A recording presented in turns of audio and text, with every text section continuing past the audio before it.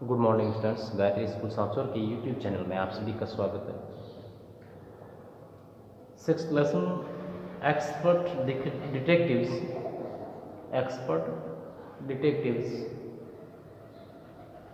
कुशल जासूस जिसका शीर्षक है हिंदी में। इसके पहले भाग के कुछ डिफिकल्ट वर्ड्स जो है हमने पिछले वीडियो लेक्चर में किए,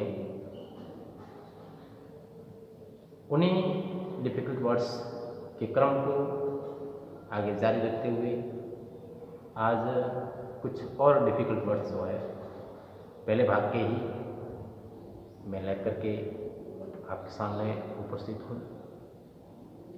सबसे पहले हम इनके स्पेलिंग्स, प्रोनाउंसिएशन और उनकी हिंदी मीनिंग को एक एक करके समझने का प्रयास करेंगे। उसके बाद हम आगे बढ़ेंगे। पहले भाग के स्पेलिंग लिखवाने के बाद फिर जो हमारा आगे का कार्य रहेगा वो इसके दूसरे भाग के स्पेलिंग्स करवाने का रहेगा। स्पेलिंग पिछले 2-3 पाठों से मैं कम स्पेलिंग ही लिखवा रहा हूँ। इससे मेरा उद्देश्य ये है कि आप बहुत सारी स्पेलिंग्स जो है वो सामने देख करके हतोत्साहित ना हो कि इतनी कब याद होगी, इतनी कब लिखेंगे। तो बिल्कुल कम स्पेलिंग्स हैं, आप आराम से इनको जो है वो कॉपी में लिख करके लर्न कर सकते हैं। कोई परेशानी नहीं होगी आपके। बढ़िया तरीके से लर्न करते रहें साथ में, ताकि एक ट्रेन ना हो ज़्यादा। और जब हम पूरी स्पेलिंग इस पार्ट की लिखवा दें और पहले पार्ट के ट्रांसलेशन की तरफ हम बढ़ें, तो आपके उस पार्ट की पहले भाग की टोटल स्पेलिंग्स जो है वो तैयार हो, ऐसी मेरी आशा है। तो आप मेरी आशा पर खरे उतरेंगे और इनको बढ़िया तरीके से लर्न करेंगे। तो चलिए हम सबसे पहले इनके स्पेलिंग्स, आज की जो है उनके स्पेलिंग्स, प्रोनाउंसिएशन और उनकी हिंदी मीनिंग को जो है वो जानते हैं। पहला स्पेलिंग जो आपके सामने है वो है गॉन्ट। गॉन्ट GAUNT एक नाउन है, ये एक संज्ञा है। दुबला पतला कहते हैं हम, दुबला पतला शरीर में दुबला पतला, जिसको इंग्लिश में कहा जाता है गॉन्ट। सेकंड स्पेलिंग आपका है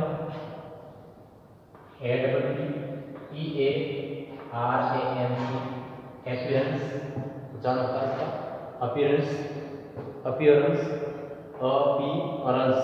अपीयरेंस, उच्चारण होता है इसका। बाहरी रंग रूप, किसी व्यक्ति का बाहरी रंग रूप जो होता है उसको अपीयरेंस कहा जाता है। दूसरे शब्दों में हम इसको हिंदी में कह सकते हैं हुलिया जो है किसी व्यक्ति का शकल सूरत भी कह सकते हैं, तो वो अपीयरेंस कहलाता है इंग्लिश में। तो उसके बाद नेक्स्ट जो आपका शब्द है वो है KNOCK। ये नॉक से बना है, नॉक का मतलब होता है खटखटाना, जैसे दरवाजा खटखटाते हैं तो खटखटाना होता है नॉक, KNOCK, ठीक है। उसका सेकंड फॉर्म बना है नॉक में ED लगाया है पीछे और वर्ब का हो गया सेकंड फॉर्म। इसका ट्रांसलेशन होगा, इसका जो हिंदी अर्थ होगा वो होगा खटखटाया,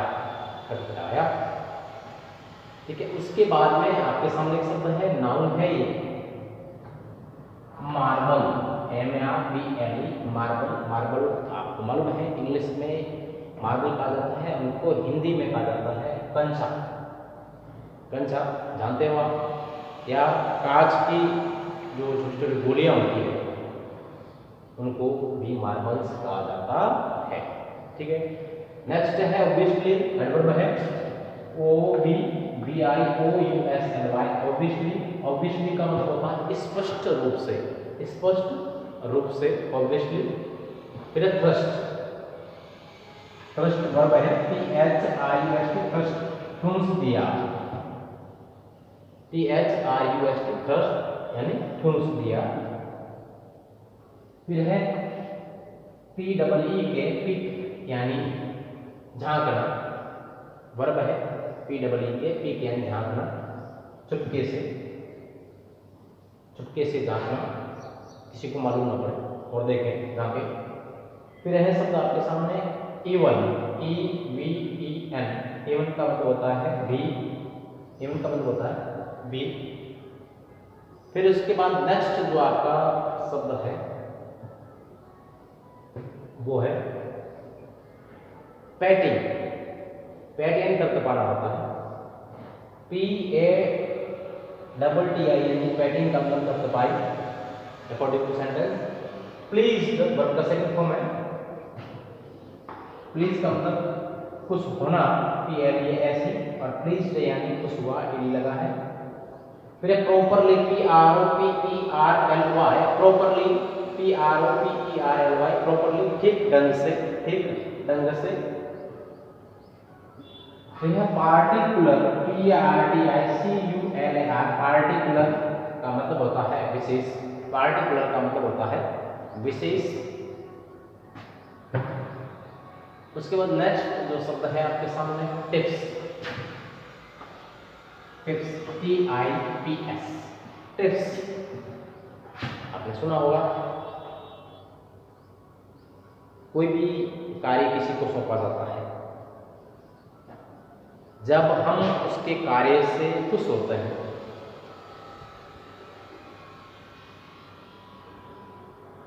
तो उसको कुछ जो है बख्शिश दी जाती है, खुश होकर के कुछ इनाम दिया जाता है, तो उस इनाम को हम इंग्लिश में टिप्स कहते हैं। फिर नेक्स्ट है फाइंड आउट, फ्रेज है,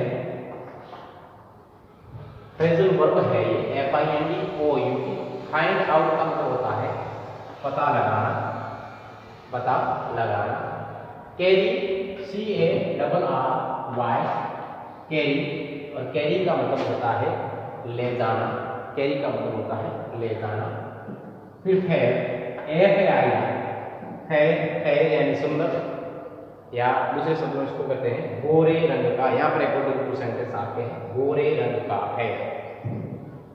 फिर स्टाउट, STOUT, स्टाउट, स्टाउट मजबूत और मोटा, मोटा तगड़ा, हट्टा कट्टा, उसको कहेंगे स्टाउट। फिर स्पेक्टेकल्स,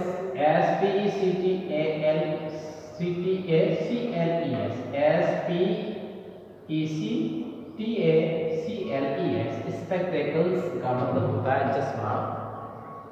फिर है अनलाइक, UNLIK, अनलाइक का मतलब होता है यहाँ पर अकॉर्डिंग टू सेंटेंस से भिन्न, से भिन्न।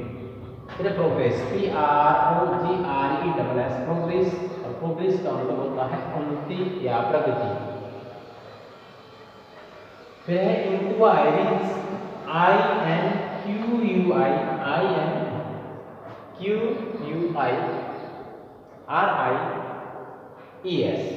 इंक्वायरीज, इंक्वायरीज का मतलब पूछताछ। आपने देखा होगा रेलवे स्टेशनों पे, बस स्टेशनों पे या पुलिस थानों में, प्रत्येक जगह पर पूछताछ के लिए जो है वो काउंटर बने हुए होते हैं अलग से। आपने उनके सामने विंडो पे जो लिखा हुआ देखा होगा इंक्वायरी, इंक्वायरी का मतलब होता है पूछताछ, जहाँ पर हम किसी भी चीज़ के बारे में जो उनसे संबंधित है उसकी जानकारी जो है वो ले सकते हैं, तो वह इंक्वायरीज कहलाता है। बहुवचन शब्द है ये इंक्वायरीज। वैसे इंक्वायरी INQUIRY होता है, लेकिन यह बहुवचन है, Y को हटा करके IES किया है, इंक्वायरीज हो जाएगा। उसके बाद में sort out, phrasal verb SORT, sort out, सुव्यवस्थित करना, सॉर्ट यानी छांटना, अलग करना, आउट इसके साथ में लगने से इसका मतलब हो जाता है सुव्यवस्थित करना, किसी को बिखरी हुई कोई चीज़ें होती है उनको व्यवस्थित करना, जमाना, सेट आउट। फैक्ट्स, फैक्ट से फैक्ट्स बना है, बहुवचन है ये। FACT फैक्ट का मतलब तथ्य होता है। FACT फैक्ट का मतलब तथ्य होता है। फैक्ट्स FACTS फैक्ट्स यानी तथ्यों, बहुवचन हो जाएगा ये। उसके बाद ट्रैप, TRAP, ट्रैप का मतलब वैसे जाल होता है, जाल फैलाना भी होता है इसका ट्रैप। और यहाँ पर ट्रैप जो अकॉर्डिंग टू सेंटेंस आपके हैं, ट्रैप यानी किसी को फंसाने की योजना बनाना, कि उसको किस प्रकार से फंसाया जाता है। आपने सुना होगा कौन ट्रैप करते हैं। और किसी और भी जो है कुछ प्रकार की जो है वैसी ट्रैपिंग की योजना जो होती है, जिसमें मुख्य जो है उनका अंदर जो है होता है किसी को फंसाने की जो है वो योजना बनाई जाती है, वो ट्रैपिंग कहलाती है। और ट्रैप यानी किसी को फंसाना, किसी को फंसाना, जाल में फंसाना। ट्रैप यानी अगर नाउन के रूप में इसको देखेंगे तो ट्रैप का होगा जाल। SIGHED, साइड से साइड बना है, साइड SIGH, साइड का मतलब होता है आहा भरना, आहा भरना। और इसका सेकंड फॉर्म, वर्ब का सेकंड फॉर्म हो गया है SIGHED, वर्ब का सेकंड फॉर्म। और साइड यानी आहा भरे। तो ये जो है वो कुछ जो है आज के आपके डिफिकल्ट वर्ड्स हैं। संख्या में मेरे हिसाब से जो है 25 है ये, जो कि आपका ज़्यादा से ज़्यादा 2 दिन का काम हो सकता है। तो आप आराम से इनको जो है वो करें, लर्न करें। टारगेट आपको दिया हुआ है कम से कम 10 से 15 डेली। तो 2 दिन में 30-35 स्पेलिंग आपके आराम से हो जाएगी। राइटिंग का ध्यान रखें और लिखने के साथ याद भी करें, लिख करके छोड़ें नहीं, साथ में याद करते रहें, ताकि जो है वो आपके इसमें काम आ सके, समझने में, विषय वस्तु को समझने में। तो कल, आज जो है वो ये 25 लिखवा दिए। अब कल मैं चाहूँगा अगले वीडियो लेक्चर में जो है वो मेरा प्रयास रहेगा कि इस पहले भाग की जितनी भी स्पेलिंग्स जो है उनको मैं इस आगे आने वाले जो है वीडियो लेक्चर में ले लूँ, और फिर जो है वो हमारा सेकंड पार्ट जो है वो हम स्टार्ट करें, इसका दूसरा भाग जो है वो हम स्टार्ट करें। लेकिन उससे पहले पूरा पहले का जो है वो समाप्त कर दें। और जब तक हम दूसरे की स्पेलिंग्स जो है वो समाप्त करें, लिखवा लें, तब तक आपके पहले पार्ट की पूरी स्पेलिंग, क्योंकि दूसरे पार्ट में भी कम से कम 2 या 3 वीडियो लेक्चर जो है वो होने हैं, कम से कम 2 और ज़्यादा से ज़्यादा 3 वीडियो लेक्चर जो है वो आगे वाले में भी होंगे, आगे वाले भाग में भी।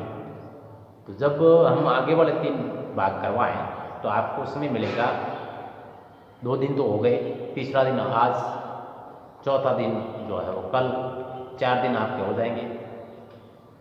स्पेलिंग आपकी ज़्यादा से ज़्यादा होगी तो 70 स्पेलिंग होगी, और 70 स्पेलिंग आप वो जो है वो 5 दिन में करनी होगी। 4 दिन ये मिल जाएंगे, 1 दिन आगे वाला जब हम दूसरा भाग करवाएंगे, उसकी स्पेलिंग करवाएंगे तब मिल जाएगा। तो मतलब 5 दिन आपको मिल जाएंगे। तो 5 दिन में आपको कंप्लीट करनी होगी। और जब हम सेकेंड पार्ट की तैयार करके जब इस ट्रांसलेशन पर आए, तो मैं चाहता हूँ कि आपकी अनिवार्य रूप से किसी भी हालत में जो है वो स्पेलिंग्स जो है वो तैयार हो, ऐसी मैं आशा करता हूँ आपसे। तो इसके साथ ही आज का ये वीडियो लेक्चर जो है वो हम यही समाप्त करते हैं। Thank you.